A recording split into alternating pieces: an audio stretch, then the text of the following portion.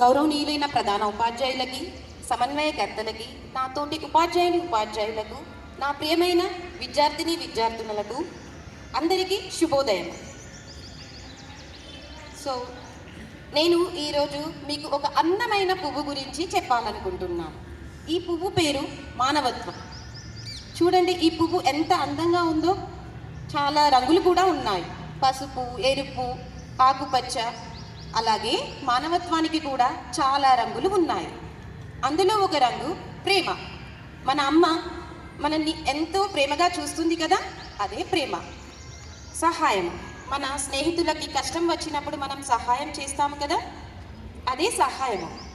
మరొక రంగు దయ.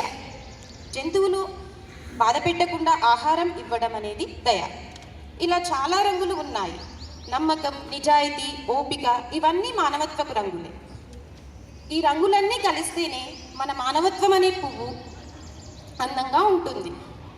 కాబట్టి పిల్లలు, మీరు కూడా ఈ పువ్వులా అందంగా ఉండాలని కోరుకుంటూ, మీలో దయ, ప్రేమ, ఓపిక, సహనం అలాంటి గుణాలను రంగులుగా నింపుకోవాలని కోరుకుంటూ